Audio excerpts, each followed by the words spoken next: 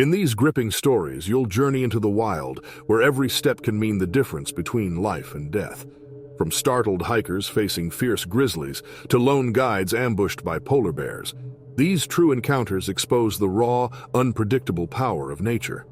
Brace yourself for intense, edge-of-your-seat moments that reveal what happens when humans come face-to-face with danger. On the humid night of July 7th, 2025, 10 university friends gathered deep in the thick forests of Russia's Amur region. They came to celebrate the birthday of one among them, surrounded by towering pines, a faint river murmur nearby, and the scent of summer wildflowers heavy in the air. The group was a tight-knit circle of biology and forestry students, some of whom were more experienced outdoors than others. Katya Mikhailovna, the lone survivor, was studying environmental science. At 24, she was cautious, always the one reminding others about safety. The others, 7 men and 2 women, were younger, more eager, and less cautious in their humor and risk-taking. They had pitched their tents in a small clearing, a perfect spot for a night under the stars. Music buzzed from a small speaker, laughter mingled with the crackle of a campfire, and the smell of grilled meat and vodka filled the air. The evening was bright, warm, and promising. As the sun dipped and shadows lengthened, the campers shared stories, sang off-key, and celebrated a youthful, untroubled freedom. None of them realized the forest around them was changing, trembling under the weight of a dry summer and recent wildfires that had pushed the wildlife into unfamiliar places. By 11 p.m., the party had slowed. The food was mostly eaten, plates were emptied, and the chatter had softened. Katya noticed one of the campers, Ivan, who had been drinking more than the others. He was laughing loudly, wobbling on his feet as he tried to entertain the group with wild stories from past hikes. At one point, spotting the bag of leftover sausages on the picnic table, Ivan grabbed it and staggered into the trees. "To keep it away from animals," he joked slurringly, then tied the bag to a nearby tree branch, barely 2 meters above the ground, just a few steps from the tents. It was a careless move, but at the time it seemed funny, an innocent prank in a safe place. As the group retreated into their tents one by one, the night grew colder and darker. Katya was last to crawl into her sleeping bag, the distant hoot of an owl, the only wildlife sound breaking the quiet. Unknown to the campers, a massive Russian grizzly was moving steadily through the dense woods not far away. The wildfire had destroyed much of its usual territory, leaving it hungry, restless, and dangerous. This bear was enormous, muscles rippling under thick fur matted with dirt and scars from earlier fights. It followed the scent of the sausages, a sharp lure slicing through the night air. Around 1 a.m., the bear reached the clearing. The bag of sausages hung exactly where Ivan had left it, too low, too close to the camp. The bear's powerful claws shredded the bag in seconds, the meaty smell exploding around the campsite like an alarm. The sound of tearing plastic and falling food woke some campers instantly. The bear charged forward, sensing easy prey and no immediate threat. Tents ripped open as the bear smashed through, its enormous paws crushing fabric and poles. 8 campers were asleep inside. They barely had time to scream before the bear was on top of them, its jaws clamping down, its claws ripping flesh and bone with terrifying speed. Katya, asleep near the creek bed that bordered the camp, woke to screams, thuds, and the savage growls of an animal in fury. She scrambled out of her tent, heart pounding, and fled toward the creek, diving into the dry bed filled with loose stones and fallen branches. The bear's roar echoed through the clearing as it rampaged, dragging victims out of tents, shaking some violently, attacking others repeatedly. Katya pressed herself low, barely daring to breathe, as the sounds of the massacre swirled all around her. The bear paused briefly near her hiding place, sniffing the air, frustrated that it could not detect her scent over the chaos. It swiped the ground with one claw, leaving deep gouges, before turning back to the tents, still tearing and devouring. One camper, Pavel, barely survived the initial attack, escaping the bear's grasp only to collapse in pain nearby. Hours later, he succumbed to his injuries in the forest. Katya stayed motionless until dawn, when the bear finally left, driven away by distant gunshots from a nearby ranger outpost alerted by another hiker. She emerged trembling, covered in dirt and dried blood, eyes wide with shock. Officials who arrived at the scene later praised the campers' knowledge of bear safety. Their tents were properly spaced, food was mostly packed away, and the campsite was clean. But the small mistake, Tying the food bag just 2 meters high within easy reach proved fatal. The bear, desperate and displaced, took advantage of the careless placement. The food sent near camp had been an irresistible temptation for the predator, leading it directly into the clearing.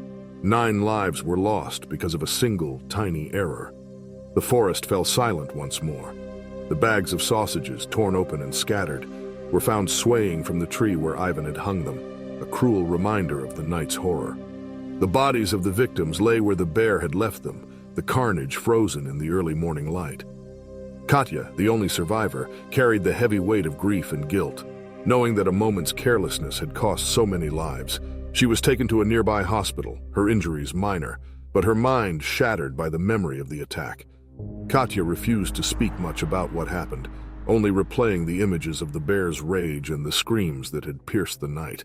The authorities labeled the event a tragic accident, a rare but deadly encounter between humans and wildlife forced into close quarters by climate change and forest fires. No charges were filed. The story spread quickly, a chilling warning about how even small mistakes in the wilderness could lead to devastating consequences. Survivors' families mourned deeply, struggling to understand how joy had turned into tragedy so swiftly. The university canceled future expeditions and strengthened safety protocols. The bear was tracked down and euthanized weeks later after further attacks in the region.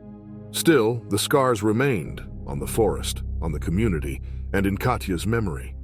As the sun rose higher over the quiet clearing, no one dared camp there again. The trees stood like silent witnesses to the night that stole 9 lives, a grim monument to a tiny mistake that cost everything. The cold air of Kodiak Island bit sharply into the faces of the rescue team as their helicopter thudded down on the rocky clearing, just yards from an old Kodiak bear den on September 15, 2013. The island's thick brush and towering spruces framed the narrow landing zone, where every second counted. Hours earlier, a hiker had fallen into a steep ravine, breaking a leg and suffering serious head trauma. The injured man lay out of sight, but his cries had led the rescuers through the tangled wilderness to the edge of this dangerous zone. Mark Henderson was one of the paramedics on the ground, a veteran with 10 years of experience in wilderness rescue. At 38, he was tall and broad-shouldered, with a calm demeanor honed by countless emergencies. His gear was heavy but efficient, a medical kit strapped to his back, a radio clipped to his chest, and sturdy boots digging into the wet soil. The helicopter's rotor wash churned dust and leaves, but Mark's focus was razor sharp. As the helicopter settled, the team's tension climbed. They moved swiftly, knowing every minute the hiker remained injured was critical. The injured man was only a few meters away, just beyond a thick tangle of brush near the den. The paramedics had already stabilized him as best they could through radio advice, but moving him to the helicopter was the hardest part. Mark and another rescuer carefully lifted the stretcher, their feet slipping over moss and wet rocks. The silence of the forest was broken only by the chopper's roar and their strained breaths. The den loomed ominously, partly hidden by ferns and wild shrubs. Mark's eyes flicked to it, sensing the unease of the natural world around them. Suddenly, from the undergrowth near the den, the air erupted with a terrifying roar. A massive Kodiak bear burst into the clearing like a living avalanche. Its fur was matted with dirt, its eyes blazing with wild fury and fear. The bear's muscles rippled beneath its thick hide as it charged at the rescuers. Mark barely had time to react. The team shouted warnings, scrambling backward, but the bear's momentum was unstoppable. Mark gripped the nearest object he could find, a metal stretcher pole, lifting it as a weapon. The bear was less than 2 meters away, its jaws wide and teeth gleaming. Mark swung the pole wildly, connecting with a loud clang against the bear's snout, but the creature only snarled, undeterred. In a heartbeat, the bear lunged. Its massive jaws clamped down on Mark's left forearm with bone-crushing force. Mark screamed, pain exploding through his arm as the bear shook violently, trying to tear free its prize. His other hand clutched the pole tightly, driving it against the bear's snout again and again.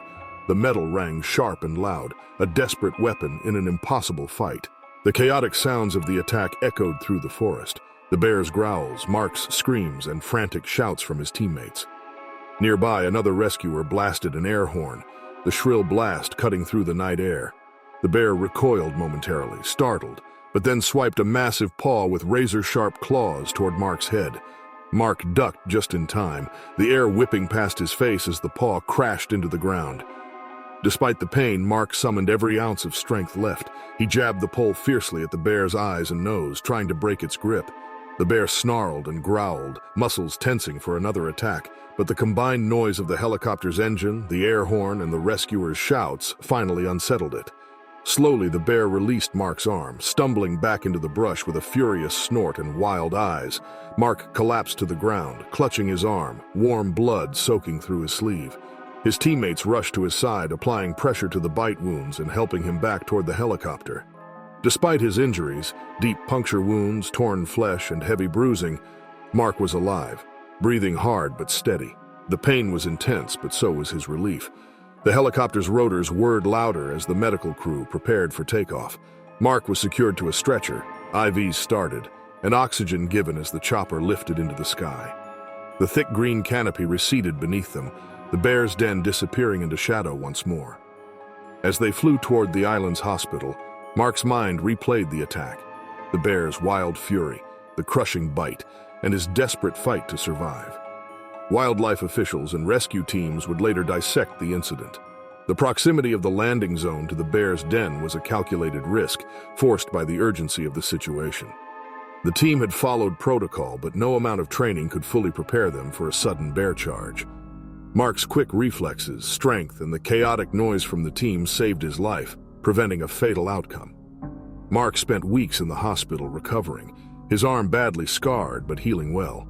He carried not just physical wounds but a deep respect and wariness for the wild animal that nearly took his life. The attack served as a grim reminder of the dangers lurking in the wilderness, where rescue efforts often put humans and wildlife on a collision course. The dense forest surrounding the remote rural town in Montana had long been home to a healthy population of grizzly bears, their enormous footprints and claw marks visible on trees and mossy ground.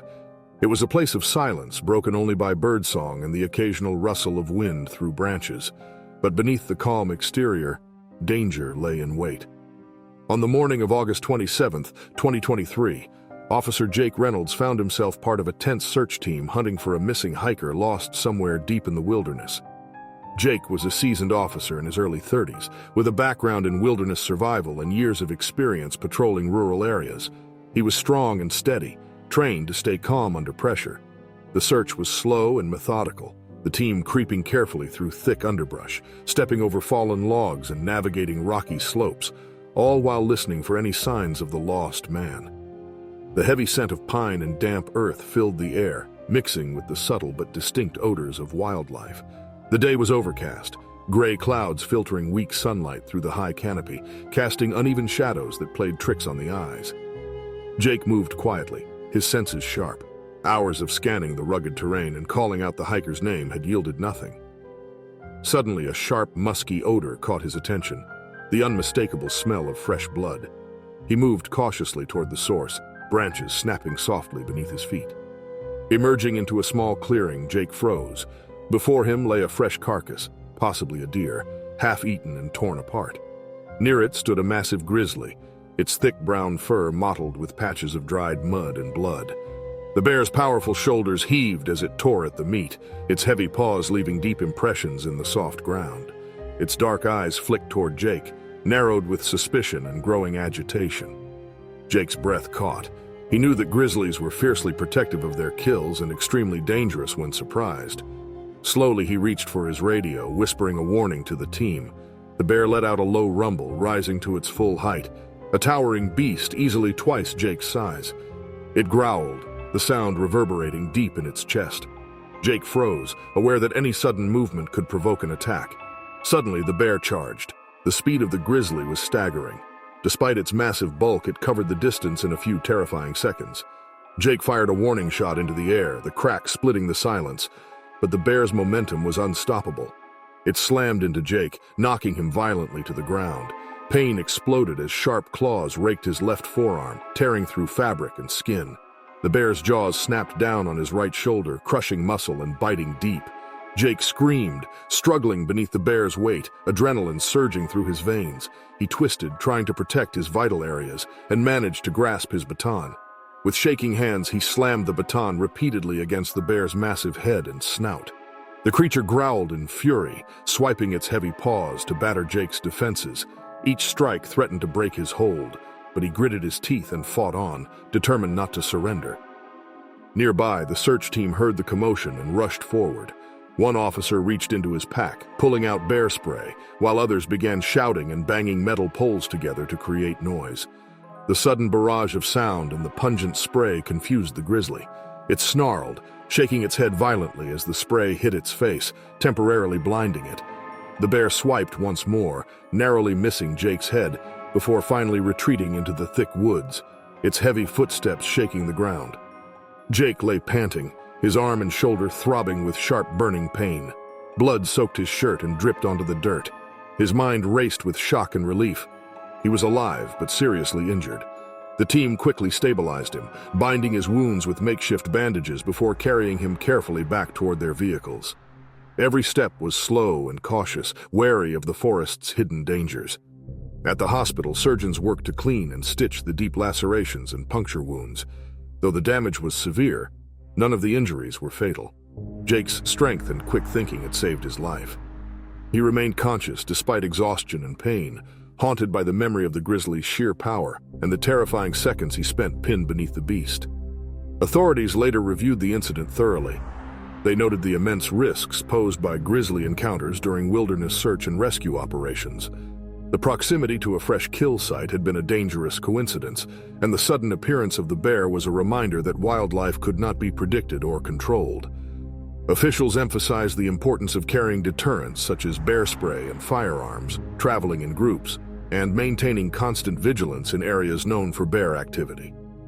Jake's experience sparked the development of renewed training protocols for search and rescue teams across the region. Officers were now required to carry multiple forms of bear deterrents, undergo refresher courses in bear behavior, and coordinate their movements carefully to avoid surprise encounters. The incident also raised public awareness about the dangers hikers and outdoor workers faced in grizzly territory. For Jake, the attack changed his outlook forever. The wilderness was no longer just a backdrop for routine patrols or rescues. It was a place of raw, unpredictable power where respect for nature's might was essential. Despite the scars and the trauma, Jake remained committed to his work, determined to use his experience to help others navigate the dangers he had faced firsthand. The forest reclaimed its silence in the days following the attack. The clearing where the grizzly had charged was empty once more, the carcass long gone, consumed or carried off by the bear or scavengers.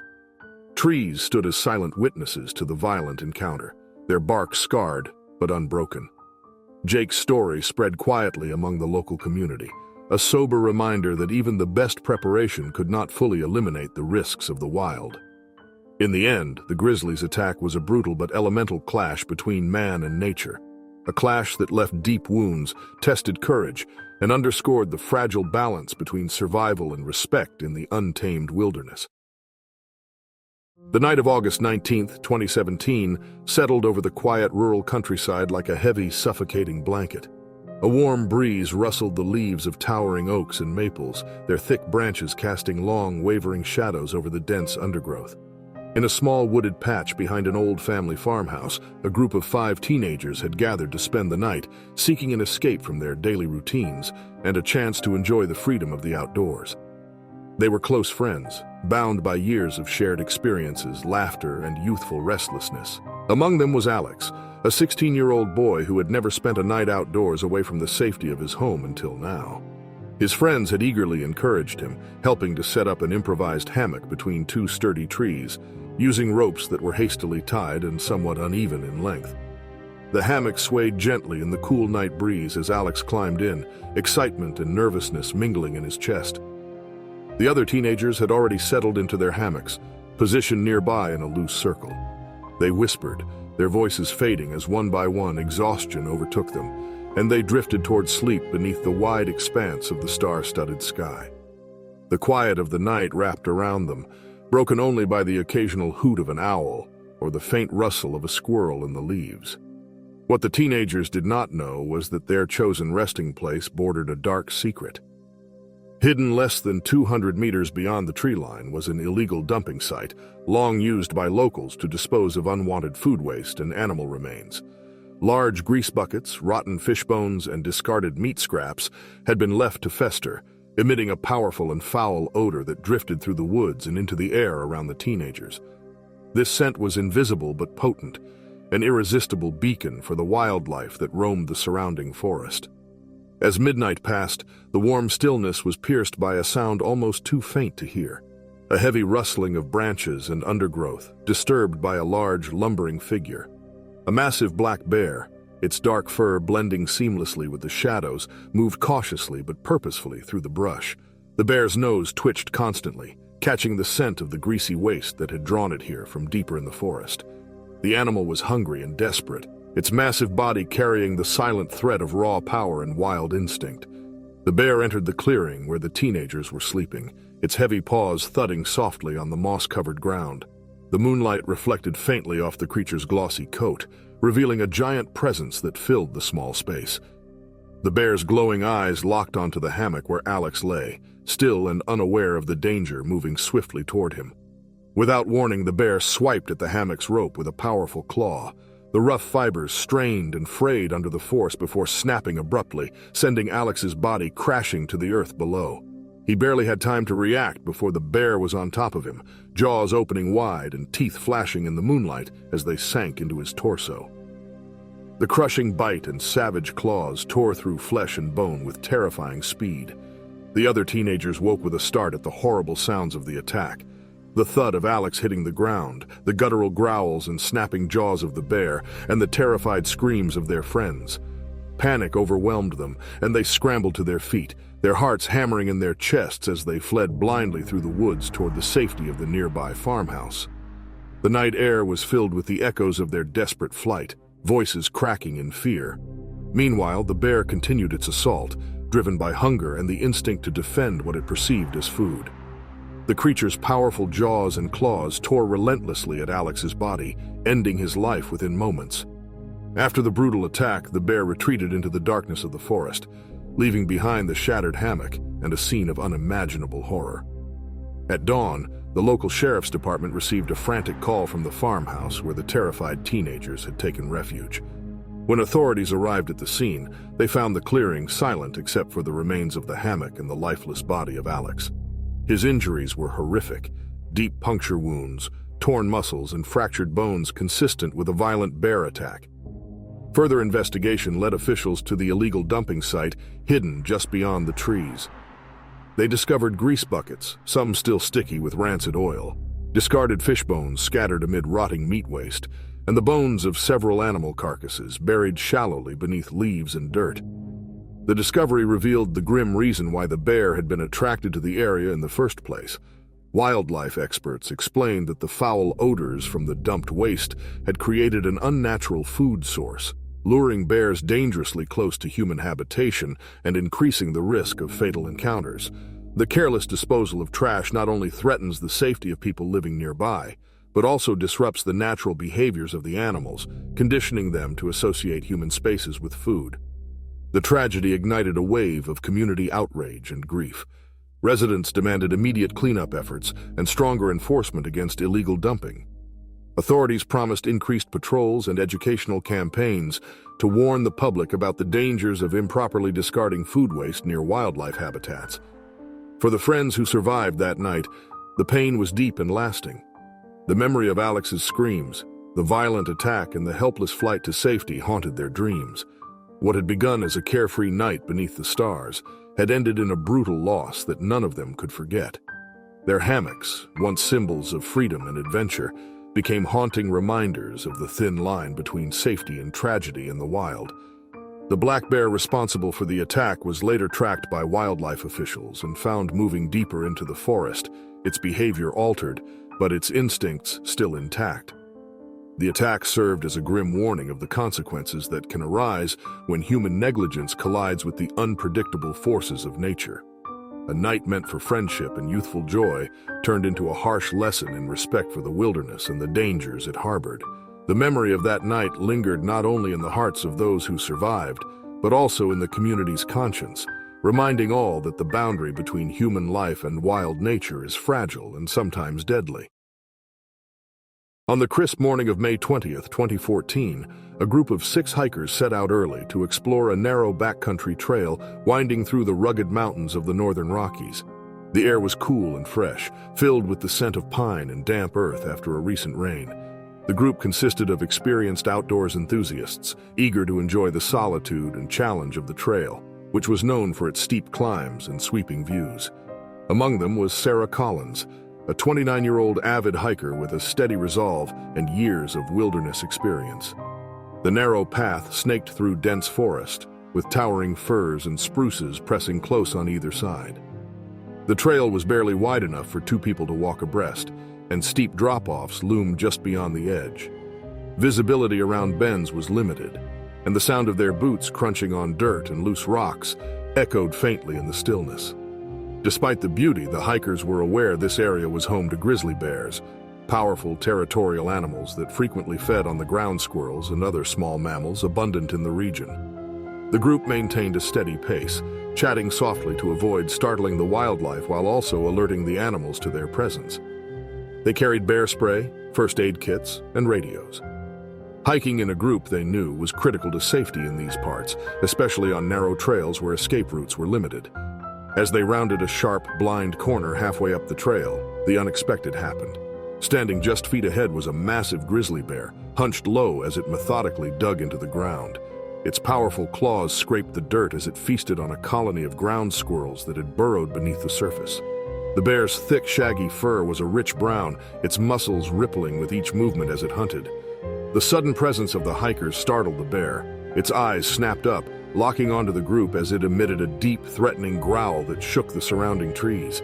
Without hesitation, the grizzly charged. Chaos erupted instantly. Sarah, walking near the front, barely had time to react. The bear collided with her, knocking her hard to the ground. She felt claws rake fiercely across her back and leg, sharp pain exploding through her body. The attack was swift and brutal. There was no time to scream or struggle before the bear released its grip, intent on continuing its assault. The rest of the group scattered, their hearts pounding as they scrambled to put distance between themselves and the enraged animal. One member, Michael, a 35-year-old with years of backcountry experience and the group's designated safety officer, quickly drew his bear spray. Moving forward cautiously, he sprayed a thick cloud directly into the bear's face. The grizzly roared in surprise and pain, staggering backward as the irritating chemicals burned its eyes and nose. It swiped wildly at the air, trying to escape the burning sensation. The group seized the moment to retreat, moving swiftly down the trail and out of immediate danger. Sarah lay on the trail, bleeding but conscious. Her friends rushed to her side, applying pressure to deep lacerations on her back and tending to her fractured leg. Despite the injuries, her spirit remained strong, and she urged them to focus on getting her help as quickly as possible. Emergency services were contacted via radio, and a helicopter was dispatched to the remote location.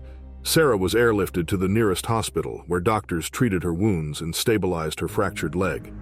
The recovery would be long and painful, but she survived the attack, one of the lucky few in such encounters.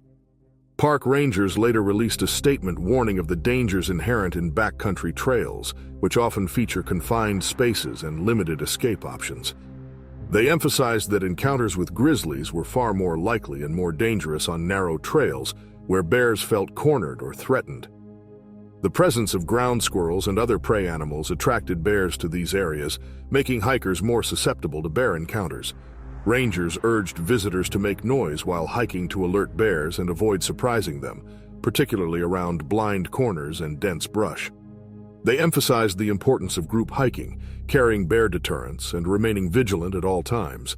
Solitary hikers were warned of the increased risk, especially on trails known for frequent bear activity. Sarah's attack underscored these lessons painfully. Her friends remained grateful for Michael's quick thinking and their preparedness, which likely saved more lives. The event became a cautionary tale within the hiking community, reminding all that nature's power was immense and respect for wildlife crucial. In the days and weeks following the attack, rangers increased patrols on the trail and placed signs warning hikers of recent bear activity. Wildlife biologists monitored the area, tracking the movements of local grizzlies and studying their feeding patterns on ground squirrel populations. For Sarah, the incident was a harsh turning point. The memories of the attack haunted her dreams, but she found strength in recovery and in sharing her story. She urged others to respect the wilderness, to prepare thoroughly, and never underestimate the risks of hiking in bear country. The narrow mountain trail, once a symbol of adventure and freedom, became a somber reminder of the delicate balance between humans and the wild. The grizzly, a fierce and proud creature, had defended its territory with lethal force, and for those who walk in its realm, caution and respect remain the only sure protection.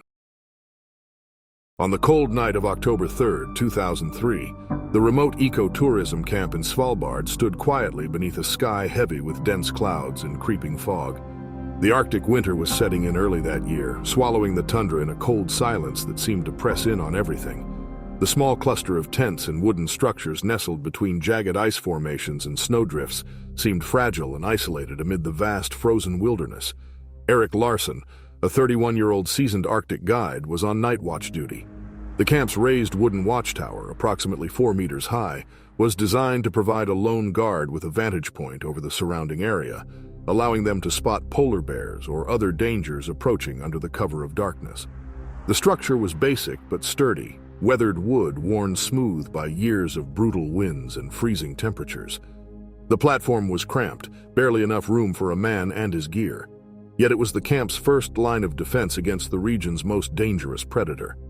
Eric had guided dozens of groups safely through the Arctic's harsh conditions over the years, his knowledge of the land and animals second nature, but the isolation and endless night wore on him. Hours earlier he had been alert, scanning the dark horizon with binoculars, eyes straining to catch any sign of movement. The faint glow of the campfire and the distant murmur of voices below were swallowed by the thickening fog, which had begun creeping across the landscape like a ghostly tide. The temperature dropped sharply as the wind whispered icy secrets through the wooden beams of the tower. Eric's fingers numbed despite his heavy gloves, and his breath fogged in the chill air. The monotony of the watch weighed heavily on his mind. Slowly, exhaustion crept in, pulling at his eyelids like a slow tide. For a brief moment, his vigilance faltered. He dozed off, just minutes, but in the unforgiving Arctic, even seconds could mean the difference between life and death. Unbeknownst to Eric, a massive polar bear had been drawn toward the camp by the scent of food emanating from the kitchen tent nearby. Over time, this particular bear had learned a dangerous habit. It associated the smell of human food and waste with an easy meal. As climate change altered the Arctic environment, natural prey such as seals became scarcer and more elusive, forcing some bears to adapt by scavenging near human settlements, a behavior that is increasingly common and deadly. The bear moved silently over a low ridge that shielded the watchtower from view. Its massive paws barely made a sound on the snow-covered ground, its powerful muscles coiling with tense purpose. Thick fur coated its huge frame, glistening faintly in the scarce light. The bear's dark eyes fixed on the tower, calculating and determined. With surprising agility for its enormous size, the bear began climbing the wooden support beams.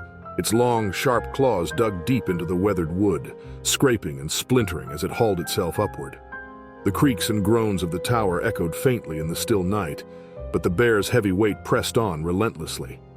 It reared onto its hind legs, pulling itself closer to the platform where Eric sat, now lost to sleep. Suddenly, the side railing shattered beneath the bear's powerful assault. Splinters flew as the creature crashed through the barrier and seized Eric with terrifying speed. The guide was dragged violently off the platform, his body disappearing into the thick fog below. The tower shuddered and creaked, then fell silent once more. From the camp below came the sound of screams, shouts, and frantic footsteps as the sudden disturbance roused the other guides. But the fog wrapped around the camp like a wall, muffling sound and swallowing light. Visibility was nearly zero.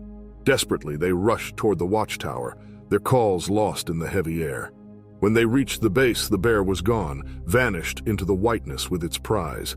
Search teams scoured the area for days, combing through ice ridges and snowbanks. Finally, Eric's remains were discovered partially buried beneath a drift nearly half a kilometer from the camp.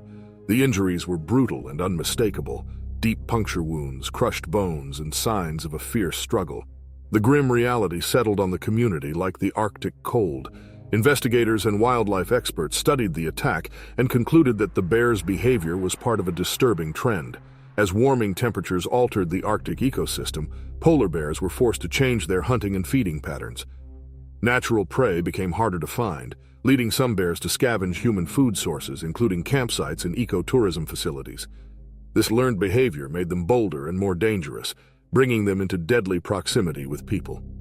The tragedy shook the close-knit team of guides and scientists who had lived and worked in the Arctic for years. Eric was remembered as a dedicated professional, deeply knowledgeable and cautious, a man who respected the wilderness and understood the risks better than most. His death was not only a loss to his friends and family, but a stark warning to all who dared to live in the fragile balance of polar wilds. In response, the camp reinforced its watchtower with stronger materials and improved safety measures. New protocols were introduced for night watch duties, including rotating shifts to prevent fatigue and the use of increased surveillance technology. Despite these efforts, the memory of that foggy night hung heavy like a shadow over the camp. Polar bears continued to roam the tundra, their behaviors shifting with the changing climate. Scientists have warned that as ice melts earlier each year, the conflict between humans and bears is likely to intensify. The cost of survival in the Arctic was rising, and the fragile boundary between human safety and wild nature was growing thinner. Eric's story became a somber reminder of nature's raw power and unpredictability. It underscored the urgent need to respect wildlife, prepare thoroughly, and adapt to the evolving challenges of a warming world. For those living in one of the planet's most extreme environments, vigilance was not just a duty, it was a necessity for survival.